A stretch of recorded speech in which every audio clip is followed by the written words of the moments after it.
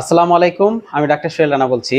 রোজায় গ্যাস্ট্রিক বা অ্যাসিডিটির সমস্যা অনেকেরই হয়ে থাকে, তবে কিছু নিয়ম মেনে চললে এটি নিয়ন্ত্রণে রাখা সম্ভব।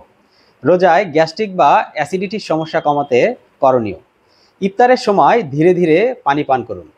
একেবারে বেশি পানি পান করলে গ্যাস্ট্রিকের সমস্যা বাড়তে পারে। অতিরিক্ত মশলা ও তেলে ভাজা খাবার পরিহার করুন, যেমন চপ, সমোসা, বেগুনি, পেঁয়াজের মতো খাবার গ্যাস্ট্রিক বাড়ায়। সেহরিতে পর্যাপ্ত পানি ও ফাইবারযুক্ত খাবার খান।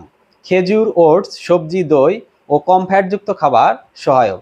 অতিরিক্ত চা ও কফি এড়িয়ে চলুন, এগুলো অ্যাসিডিটি বাড়াতে পারে।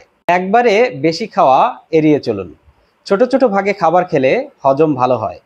ইফতারের পর হালকা হাঁটাহাঁটি করুন, এতে হজম শক্তি ভালো থাকে। চর্বিযুক্ত ও প্রসেস খাবার কমান।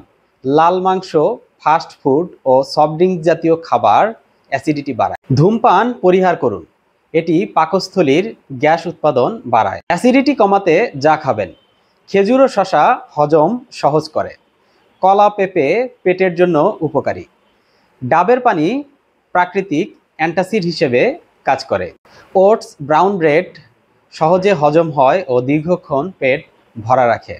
আদা ও গরম পানি গ্যাস্ট্রিকের উপশমে কার্যকর। গ্যাস্ট্রিকের সমস্যায় যা খাবেন না: ভাজা পোড়া ও গুরুপাক খাবার, অতিরিক্ত লবণ ও মশলাযুক্ত খাবার, কার্বোনেটেড ড্রিঙ্কস, অতিরিক্ত টক জাতীয় ফল যেমন লেবু ও টমেটোর মতো ফল, অতিরিক্ত চা বা কফি। এসব নিয়ম মেনে চললে রোজায় গ্যাস্ট্রিকের সমস্যা অনেকটাই নিয়ন্ত্রণে রাখা সম্ভব।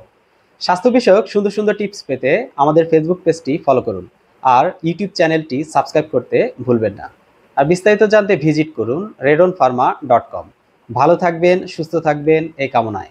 খোদা হাফেজ।